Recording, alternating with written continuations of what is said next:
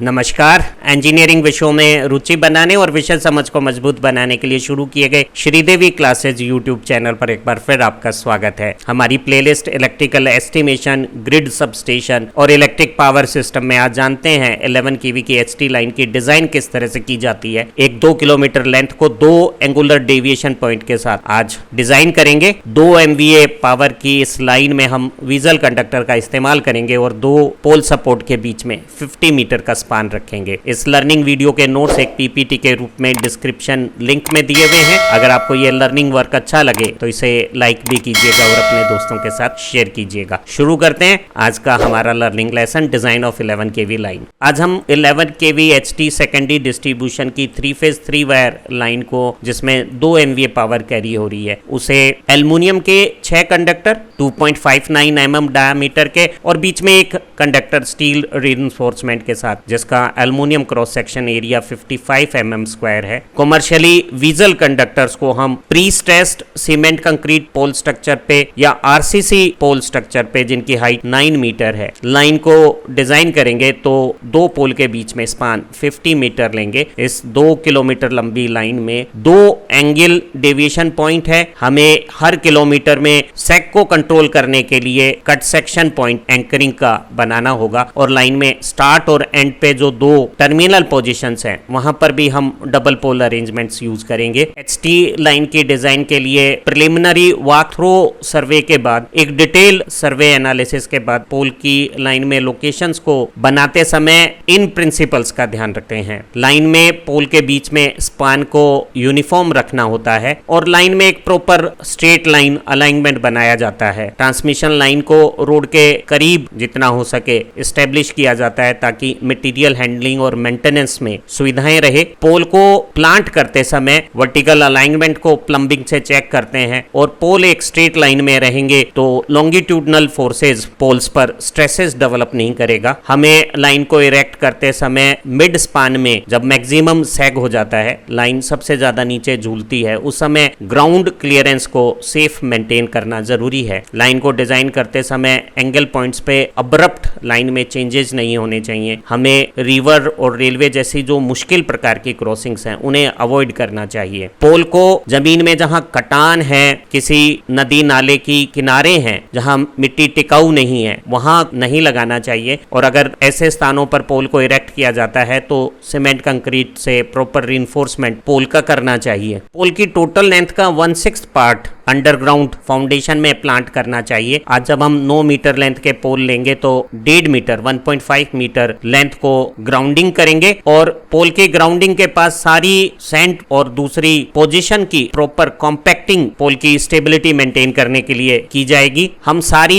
Angle deviation position पे और जहां हम 1 किलोमीटर में एक सेक को काटने के लिए जो एंकरिंग कट सेक्शन पॉइंट्स बनाएंगे उन पे, और जो टर्मिनल का हमारा स्टार्ट और डेड एंड पोजीशन है वहां पर डबल पोल स्ट्रक्चर यूज करेंगे। एक डबल पोल लोकेशन के लिए 4 से 6 गाई सपोर्ट्स की आवश्यकता हो सकती है। वहीं एंगुलर डेविएशंस पे जो डबल पोल या सिंगल पोल हम लगाते हैं उन पे 1 या 2 गाई सेट्स एडिशनल सपोर्ट के लिए लॉन्गिट्यूडनल स्ट्रेसेस को हैंडल करने के लिए लगाने चाहिए। हालांकि आज की ट्रांसमिशन लाइन डिजाइन प्रॉब्लम में किसी भी प्रकार की क्रॉसिंग नहीं है, लेकिन अगर कोई transmission line road, rail, LT line या कम्युनिकेशन लाइन को क्रॉस करती है तो एंगल ऑफ क्रॉस 90 डिग्री रखना चाहिए या 90 के आसपास रखना चाहिए। क्रॉसिंग के समय डबल पोल स्ट्रक्चर के साथ लाइन को हॉरिजॉन्टली डिस्क टेंशन इंसुलेटर पे स्ट्रिंग करना चाहिए। नीचे प्रोटेक्शन के लिए क्रेडल गार्डिंग का इस्तेमाल करना जरूरी है और क्रेडल गार्डिंग और रोड पोजीशंस के बीच में जो ग्राउंड क्लियरेंस 6.1 मीटर हमें चाहिए उसे भी मेंटेन करना है। क्रेडल गार्डिंग सेक्शंस की दोनों तरफ क्रॉसिंग्स के पोल पे बहुत इफेक्टिव और परमानेंट पाइप अर्थिंग करनी चाहिए।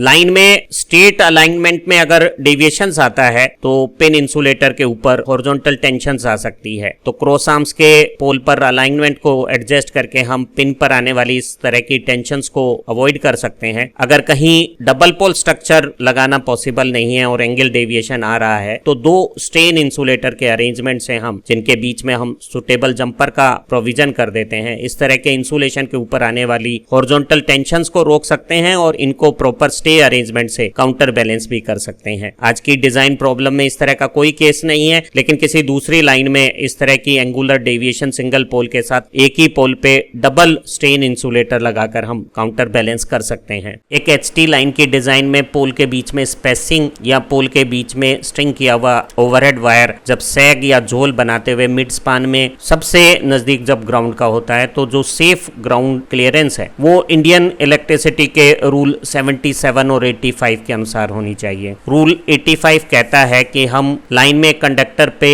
जो टेंसाइल स्ट्रेंथ रखेंगे वो फैक्टर ऑफ सेफ्टी 2.5 और कंडक्टर की जो अल्टीमेट टेंसाइल स्ट्रेंथ है उसके अनुसार मेंटेन रखनी होगी। और रूल 77 कहता है कि हमारी 11 kV लाइन अगर किसी रोड को क्रॉस कर रही है तो ground clearance across road 6.1 metre और अलोंग रोड 5.8 मीटर रखनी चाहिए। टेंशन को एक लिमिट से ज्यादा इंक्रीज करके सैग को घटा नहीं सकते, और पोल की अगर स्पेसिंग बढ़ाते हैं और सैग लिमिट से ज्यादा होकर ग्राउंड क्लियरेंस को मेंटेन नहीं कर पा रहा है, पोल की हाइट ज्यादा नहीं है, तो नॉर्मल कोर्स में हम दो पोल के बीच में स्पान 65 मीटर से ज्यादा 11 kV की लाइनों में नहीं रखते हैं। अगर हम ऊंचे पोल ने ज्यादा क्रॉस सेक्शन के कंडक्टर पे ज्यादा टेंसाइल स्ट्रेसेस डेवलप करके सैग को कम रखने की कोशिश करें तो हम इस स्पान को बढ़ा सकते हैं, लेकिन इस बढ़े हुए स्पान के लिए हमें इलेक्ट्रिक इंस्पेक्टर से एक रिटर्न कंसेंट प्राप्त कर लेनी चाहिए। दो पोल के बीच में स्पान लेंथ डिपेंड करती है पोल की हाइट कितनी है और हमारी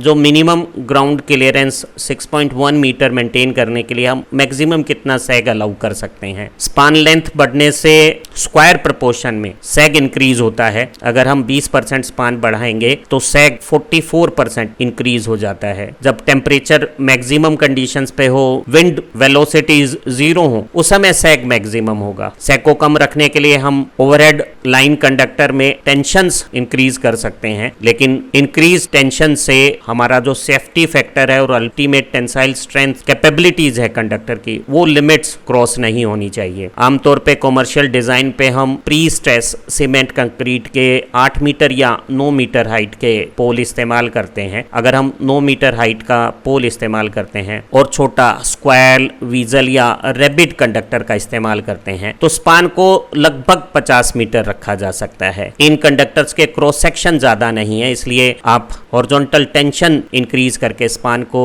बढ़ाते समय जो सैग बढ़ता है उसे कंट्रोल नहीं कर सकते। लेकिन डॉग कंडक्टर जिसका की एरिया 100 mm स्क्वायर है या बड़े साइज के जो ACSR कंडक्टर्स हैं उनमें हम सैग को 9 मीटर पोल के साथ 65 मीटर तक ले सकते हैं। अगर हम एक्स्ट्रा हाइट 11 मीटर के स्टील रेल पोल्स या 11 मीटर के रिइंफोर्स सीमेंट कंक्रीट पोल लेते हैं जिनमें स्ट्रेंथ ज्यादा है और बड़ा कंडक्टर लेते हैं 100 स्क्वायर mm क्रॉस सेक्शन वाला, 3.1 mm डायमीटर वाले क्रॉस सेक्शन वाला डॉग कंडक्टर या इससे भी बड़े क्रॉस सेक्शन वाले कंडक्टर लेते हैं, तो हम दो पोल के बीच में 11 kV की HT लाइन के लिए स्पान को मैक्सिमम 107 मीटर तक ले जा सकते हैं। आमतौर पे 100 मीटर से ज्यादा स्पान की HT लाइनों को डिजाइन करना सेफ और इकोनॉमिक नहीं माना जाता। 11 kV की HT लाइन के लिए हम सीमेंट कंक्रीट का पोल लेंगे या मेटल स्टील का पोल लेंगे, 9 मीटर का पोल लेंगे कि 11 मीटर का पोल लेंगे, वो बहुत सारी चीजों पर डिपेंड करता है। वो डिपेंड करता है हम लाइन का स्पान कितना लेना चाहते हैं। अगर छोटे स्पान है हम ज्यादा सैग को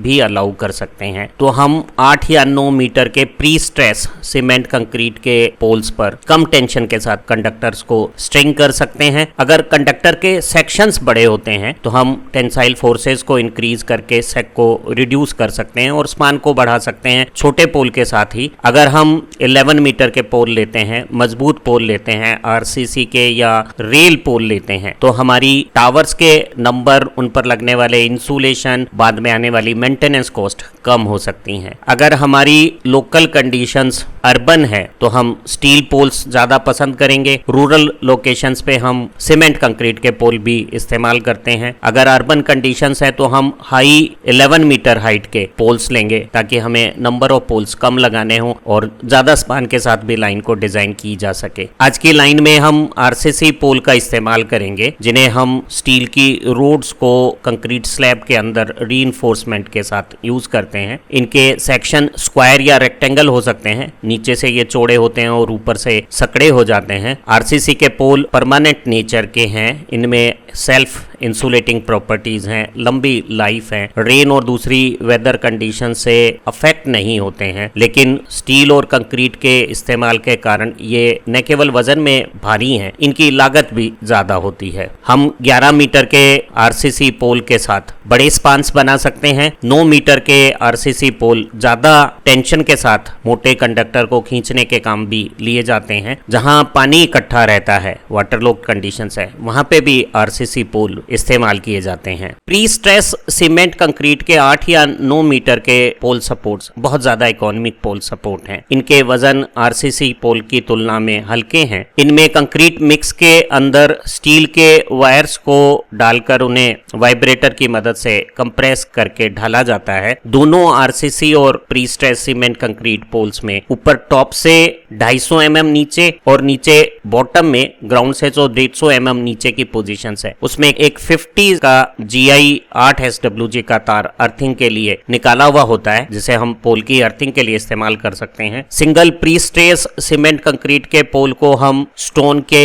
जो मोटे पत्थर हैं, बोल्डर हैं, या स्टोन की जो ब्लास्ट अवेलेबल है, उसको मिट्टी में मिलाकर दबाकर इरेक्ट किया जा सकता है। जो आरसीसी के डबल पोल हैं, जो ज्यादा टेंसाइल स्ट्रेसेस के साथ काम करते हैं, जो एंगल डेविएशन और कट सेक्शन पोजीशंस पर लगाए जाते हैं, उन्हें हम cement concrete mixture 1-3-6, 1 cement, 3 coarse sand बजरी और 6 जो स्टोन ब्लास्ट हैं और बड़े साइज के स्टोन ब्लास्ट 40 mm के आमतौर पे इस तरह की फाउंडेशन की कंक्रीटिंग के लिए इस्तेमाल होते हैं। जहां वाटरलॉक्ड कंडीशन है और हम किसी भी तरह का पोल इस्तेमाल करते हैं, वहां पे भी हम सीमेंट कंक्रीट मिक्सचर से पोल की ग्राउटिंग करते हैं। आज जब हम 11 kV HP की 3 फेज 3 वायर सब डिस्ट्रीब्यूशन लाइन को डिजाइन कर रहे हैं, तो सबसे पहले ACSR कंडक्टर के क्रॉस सेक्शन की कैलकुलेशन की जाती है और वो डिपेंड करेगी ट्रांसमिशन लाइन में करंट या पावर ट्रांसमिशन वैल्यूज पर। और हम लाइन करंट की कैलकुलेशन अपरेंट पावर में √3 लाइन वोल्टेज का डिवीजन करके 2 MVA की मेरी लाइन 11 kV पे जब काम करेगी तो उसका लाइन करंट 105 एम्पियर होगा। ऐसी करंट कैरिंग कंडीशंस के लिए एल्युमिनियम का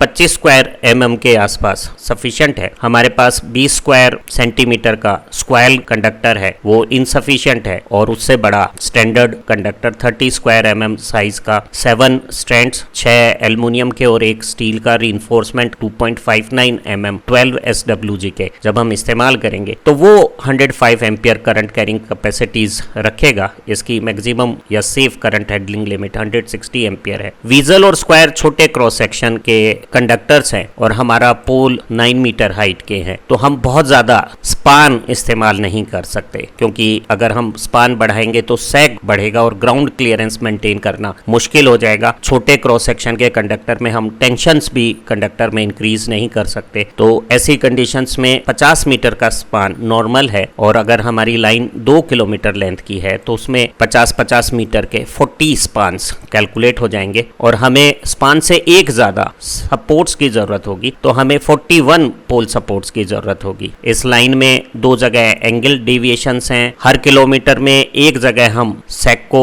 सेक्शनलाइज करने के लिए कट पॉइंट्स बनाते हैं, जिन्हें स्पेशल एंकरिंग देते हैं। और स्टार्ट और एंड पे जो मेरी टर्मिनल्स हैं, वहां पे भी हम डबल पोल स्ट्रक्चर्स इस्तेमाल करेंगे। डिस्ट्रीब्यूशन लाइन में सेक के असर को जो लगातार हॉरिजॉन्टल स्ट्रेसेस बनाकर इंक्रीज हो जाता है, कंट्रोल करने के लिए हम 50 मीटर स्पान में हर 10वें स्पान के बाद जो पोल आएगा दोनों तरफ लाइन के एंड से, वहां हम डबल पोल स्ट्रक्चर लगाकर स्पेशल स्टे ग्राउटिंग करके डिस्ट्रीब्यूशन लाइन के कंडक्टर की हॉरिजॉन्टल टेंसाइल स्ट्रेसेस है उन्हें न्यूट्रलाइज करेंगे। तो स्पान में 11 नंबर स्टार्ट से जो टावर है और एंड टावर से 41 सारे हमारे टावर्स थे, 10 पहले जो 31 नंबर टावर है वो हमारे कट सेक्शन एंकरिंग टावर हो जाएंगे। 2 जगह यहाँ 17 नंबर और 22 नंबर पे एंगुलर डेविएशन ज्यादा है, तो वहां हम एंगल डेविएशंस पे डबल पोल अरेंजमेंट और 4 स्टे से स्पेशल ग्राउटिंग करेंगे ताकि लाइन में मैकेनिकल स्ट्रेंथ मेंटेन रहे। तो हम कुल 6 जगह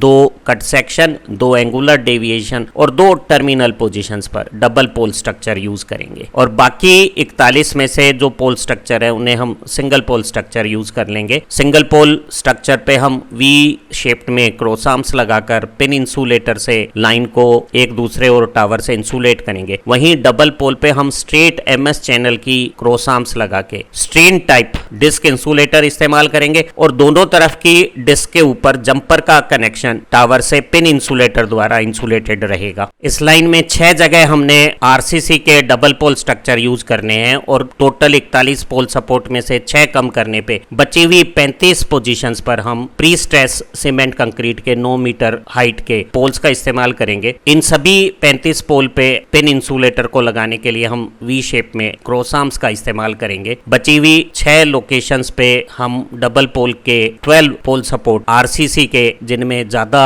टेंसाइल फोर्स सहने की ताकत है, वो प्री स्ट्रेस सीमेंट कंक्रीट से ज्यादा मजबूत हैं, उसी 9 मीटर हाइट के इस्तेमाल करेंगे। इन डबल पोल्स पे जो बीच में हमारे anchoring cut section double poles हैं और एंगल डेविएशन के डबल पोल्स हैं, उन पे हर डबल पोल पे 2 हॉरिजॉन्टल क्रॉस आर्म्स दोनों तरफ स्ट्रिंग इंसुलेटर को प्लेस करेगी और जो एंड टर्मिनल पे स्टार्ट और एंड पे डबल पोल स्ट्रक्चर है उन पे एक सिंगल हॉरिजॉन्टल क्रॉस आर्म्स होगी। तो टोटल हमें 10 क्रॉस आर्म्स इन 6 डबल पोल स्ट्रक्चर पे लगानी है। 2 किलोमीटर लेंथ की 50 मीटर स्पान वाली लाइन में जो 35 सिंगल पोल लगाएंगे उनका स्ट्रक्चर यहाँ दिखाए अनुसार पीली हाईलाइट में आया पोल स्ट्रक्चर होगा। हर पोल पे हम एक वी क्रॉस आर्म्स लगाएंगे, जिसमें पिन इंसुलेटर की ये जो पोजीशंस है उनमें तो 1070 मिलीमीटर का 1 मीटर और 7 सेंटीमीटर का डिस्टेंस होगा, लेकिन ये पूरे क्रॉस आर्म्स की लेंथ 1980 मिलीमीटर है और ये एक सी चैनल है जिसका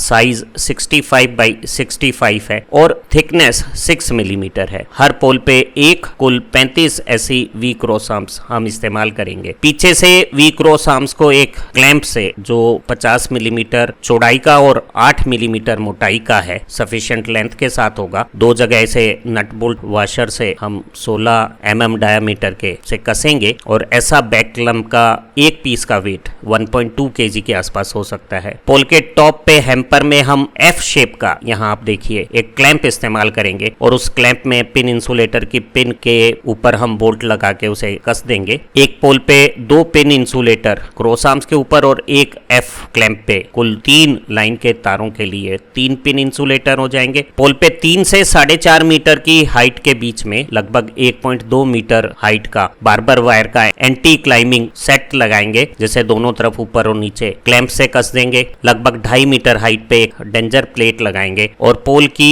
स्पाइरल कॉइल की इकोनॉमिक अर्थिंग कर देंगे। कुछ सिंगल पोल सपोर्ट्स पे हमें एंगल डेविएशन होने के कारण हॉरिजॉन्टल फोर्सेस को बैलेंस करने के लिए स्टे की जरूरत होगी। अधिकांश single pole straight line alignment में होंगे तो उन्हें किसी तरह के स्टे अरेंजमेंट की जरूरत नहीं रहेगी। डीपी स्ट्रक्चर के लिए पोल हम रीइंफोर्स सीमेंट कंक्रीट के लेंगे जो ज्यादा स्ट्रेंथ वाले होंगे और इनमें स्ट्रेंथ को इंक्रीज करने के लिए बीच में एच ब्रेसिंग बनाते हुए 2 बेल्टिंग एंगल लेंगे। 50 बाई 50 6 mm मोटाई की 1780 mm लंबाई की ये 2 बेल्टिंग एंगल्स के बीच में हम क्रॉस ब्रेसिंग करके ब्रेसिंग एंगल्स लगा देंगे। ये ब्रेसिंग एंगल्स की लेंथ 2383 mm हो सकती है और इन बेल्टिंग एंगल्स और ब्रेसिंग एंगल्स को हम सुटेबल पोल क्लैंप से जो 50 mm चौड़ाई और 8 mm मोटाई का है उनसे क्लैंप कर देंगे और क्लैंपिंग के लिए हम 16 मीटर डायामीटर और 50 मिलीमीटर लेंथ के बोल्ट्स का नट और वाशर और लोक नट के साथ इस्तेमाल करेंगे। ऊपर डिस्क टाइप स्ट्रेन इंसुलेटर को प्लेस करने के लिए हम स्ट्रेट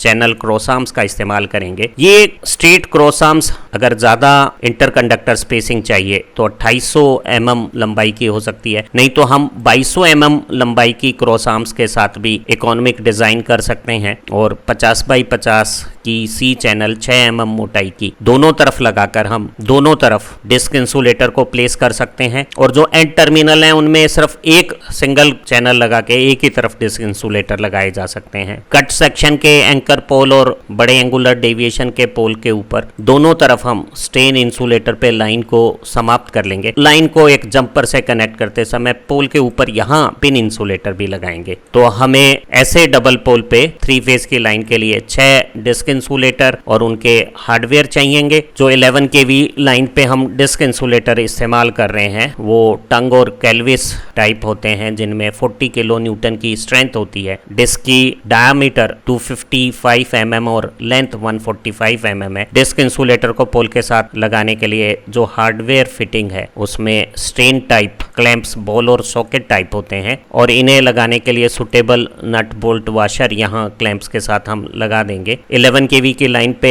12 केवी स्ट्रेंथ के जो पिन इंसुलेटर हैं पिन हार्डवेयर के साथ यहाँ हम ऊपर लगा देंगे। डबल पोल पे 2 एंटी क्लाइंबिंग डिवाइस और एक 2.5 मीटर लेंथ पे डेंजर प्लेट लगाएंगे। सभी डबल पोल स्ट्रक्चर की हम 40 mm डायमीटर और 2.5 मीटर लेंथ के पाइप से पाइप इलेक्ट्रोड अर्थिंग करेंगे और अर्थिंग का हमारा इलेक्ट्रोड दोनों डबल पोल से 1200 mm की दूरी पे एक ट्रायंगुलर शेप बनाता हुआ बीच में आएगा। एक ही पाइप इलेक्ट्रोड से हम दोनों पोल के ऊपर जितने भी मेटेलिक स्ट्रक्चर है उन सब की अर्थिंग कर देंगे। जो कट सेक्शन और एंगुलर डेविएशन के डबल पोल हैं उन पे ये जो 2 ऊपर क्रॉस आर्म्स लगाई हुई थी जिन पे दोनों तरफ डिस्क इंसुलेटर लगाए हुए हैं उनमें प्रॉपर क्लैंपिंग अरेंजमेंट से दोनों तरफ हम गाई या स्टे अरेंजमेंट कंप्लीट सेट लगा देंगे, जिसमें एंकर प्लेट के साथ एंकर रोड, स्टे वायर के साथ एग इंसुलेशन से होती हुई टर्न बकल के साथ पोल क्लैंप पर अटैच हो जाती है और एक डबल पोल पे हम 4 से लेके 6 तक जैसी रिक्वायरमेंट होगी स्टे अरेंजमेंट करेंगे। जो स्टार्ट और डेड एंड के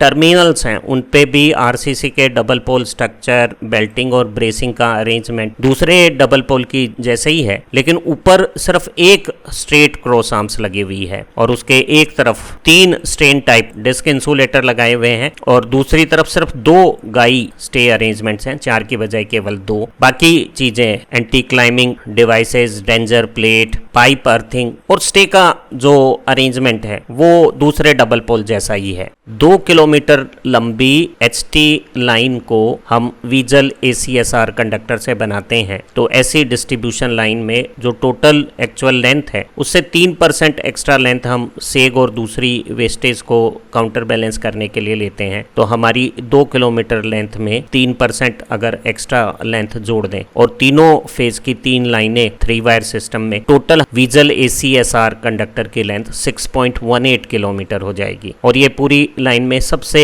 महंगा सिंगल आइटम हो जाएगा। टोटल लाइन में सिर्फ टर्मिनल जो पोल्स हैं उन पे इंसुलेशन के लिए हम स्ट्रेन टाइप डिस्क इंसुलेटर का अकेले इस्तेमाल करते हैं। बाकी सारे सिंगल पोल और बीच में चाहे वो कट सेक्शन सैक डिवीजन के इंटरमीडिएट पोल हों या बड़े एंगुलर डेविएशन के डबल पोल हों, जंपर के कनेक्शन करते समय जंपर को पिन इंसुलेटर से सेपरेट करते हैं। तो प्रत्येक पोल पे तीनों लाइनों के 3 पिन इंसुलेटर हैं, तो टोटल 41 सपोर्ट में से 2 एंड सपोर्ट को छोड़ने के बाद बचे हुए सारे सपोर्ट्स पे हर सपोर्ट पे 3 पिन इंसुलेटर के हिसाब से टोटल 117 पिन इंसुलेटर की हमें रिक्वायरमेंट होगी। बीच के सारे चारों डबल पोल पे हमें दोनों तरफ जो स्ट्रेट क्रॉस बार्स लगी है उन पे 3-3 तीनों लाइनों के डिस्क इंसुलेटर हैं, जबकि किनारों पे टर्मिनल्स पे जो DPI है उनमें सिर्फ एक ही तरफ 3 डिस्क इंसुलेटर हैं। तो अगर हम सारे डिस्क की संख्या गिने तो वो 30 डिस्क इंसुलेटर हो जाएंगे। इस मटेरियल लिस्ट और डिस्क्रिप्शन का आप एक स्क्रीनशॉट भी ले लें तो आपके लिए ये यूज़फुल रहेगा। पूरी ट्रांसमिशन लाइन में जो बीच के 4 डबल पोल हैं, 2 कट सेक्शन एंकर पोल और 2 बड़े एंगल डेविएशंस वाले पोल, उन पे दोनों तरफ हमने स्ट्रेट क्रॉस आर्म्स पर डिस्क इंसुलेटर हार्डवेयर के साथ दोनों तरफ हर लाइन के टर्मिनेशंस को स्ट्रेन डिस्क इंसुलेटर पर कर लिया था और लाइन की कंटिन्यूटी बनाते हुए ये जो छोटा अलग से कंडक्टर लेंथ हम जोड़ते हैं इसे जंपर कहते हैं। जंपर को पोल से एक पिन इंसुलेटर से सेपरेट किया जाता है। जंपर और कंडक्टर दोनों एल्युमिनियम कंडक्टर होने चाहिए, दोनों की करंट कैरिंग कैपेसिटी सेम होनी चाहिए और एक अच्छे लाइन से जंपर के कनेक्शन करते समय हम PG पैरेलल ग्रू क्लैंप का इस्तेमाल करते हैं और 2 नट बोल्ट वाले ऐसे पैरेलल ग्रू क्लैंप बहुत अच्छे जंपर के नीट और इफेक्टिव कनेक्शंस बना देते हैं जो मेंटेनेंस फ्री लंबी सर्विसेज देते हैं। जंपर के ऊपर हम पोर्सेलिन की बीड्स या PVC के स्लीव्स लगा सकते हैं ताकि बर्ड केज बन जाए, पक्षी इसके ऊपर ना आ पाए। लाइन में जो 2 किलोमीटर लेंथ थी उसमें 3% अलाउंसेज अगर सेग और वेस्टेज के साथ हम रखें और तीनों लाइन की टोटल कंडक्टर लेंथ 6.18 किलोमीटर आ जाएगी। हमने लाइन करंट अपरेंट पावर में √3 टाइम्स लाइन वोल्टेज की डिवीजन से 105 एम्पियर से जो सुटेबल कंडक्टर है वो वीजल जिसका aluminium cross section area T5 mm² है वो सेलेक्ट कर लिया था और ऐसे वीजल कंडक्टर की करंट कैपेसिटी 160 एम्पियर है। बीच में एक स्टील का रीइंफोर्स्ड रेनफोर्समेंट है और चारों तरफ एल्युमिनियम के current carrying conductor same diameter 2.59 mm के हैं। Total aluminium area 30 mm square 160 ampere तक का करंट कैरी कर सकता है। स्टील की इस इनर कंडक्टर और आउटर एल्युमिनियम कंडक्टर के बीच में हम एक एंटी कोरोसिव ग्रीज लगाते हैं जो स्टील और एल्युमिनियम के बीच में केमिकल रिएक्शंस को रोकता है। ट्रांसमिशन लाइन पे दो जगह जो कट सेक्शन एंकरिंग डीपी है उन पे हर डीपी पे 4 स्टेक का अरेंजमेंट है जो गाइड सपोर्ट का काम करेंगी। जो एंगुलर डेविएशन है उन पे दोनों पोल पे एक एक स्टे अरेंजमेंट, कुल 2 स्टे अरेंजमेंट दोनों नंबर ऑफ डेविएशन पे होंगे। जो हमारे डेड एंड की डीपी है उन पे भी हम 2 स्टे पर डीपी लगाएंगे। कुछ स्मॉल एंगुलर डेविएशन पे जो सिंगल पोल सपोर्ट्स हैं उन पे भी हमें स्टे या गाई अरेंजमेंट्स देना पड़ेगा। ऐसे 3 पोल हैं पूरी 41 पोल की लाइन में, तो टोटल हमें 19 स्टे सपोर्ट लगाने पड़ेंगे। और स्टे सपोर्ट पे पोल क्लैंप के साथ हम टर्न बकल को लगा देंगे। टर्न बकल 16 mm डायमीटर और 450 mm लेंथ की है, जिसमें यहाँ जो टर्निंग हुक है उसकी मदद से हम स्टे वायर में टेंशन को एडजस्ट कर सकते हैं। एग इंसुलेटर का हम इस्तेमाल स्टे वायर और टर्न बकल के बीच में नीचे के पोर्शन को सेफ रखने के लिए करेंगे। और स्टे वायर 7 तार हमारे 10 SWG 3.15 mm डायमीटर के से हम एंकर प्लेट और एंकर रोड को जोड़ देंगे। हमारी anchor plate 200 mm by 200 mm या 300 mm बाई 300 mm डायमेंशन की 6 mm थिकनेस की हो सकती है और उस पे 250 mm के लेयर में आधा मीटर हाइट पे RCC कंक्रीटिंग हो जाएगी। अगर हम सीमेंट कंक्रीटिंग नहीं चाहते और एंकरिंग सपोर्ट को अच्छा रखना चाहते हैं तो RCC के बने हुए एंकर प्लेट जो 450 mm बाई 450 mm डायमेंशंस की है और 75 mm मोटी है उनका इस्तेमाल कर सकते हैं। हमारी पूरी 2 किलोमीटर लेंथ पे 35 सिंगल पोल हैं और 6 डबल पोल में 6 दूनी 12 RCC के पोल, कुल 47 पोल है। सभी पोल पे हम नीचे से 3 से लेके 4.5 मीटर हाइट के बीच में लगभग 1.2 मीटर हाइट की ऐसी बारबर्ड वायर की लेंथ लगाते हैं ताकि कोई अनऑथराइज्ड पर्सन पोल के ऊपर चढ़ने का काम ना कर सके। बारबर्ड वायर में 4 इस तरह की क्रोमेटिन डिप्ड हार्ड पॉइंट्स हैं जो बाहर नुकीले टेढ़े किए हुए निकाले हुए होते हैं और ये वायर में 75 मिलीमीटर में 10-12 मिलीमीटर कम ज्यादा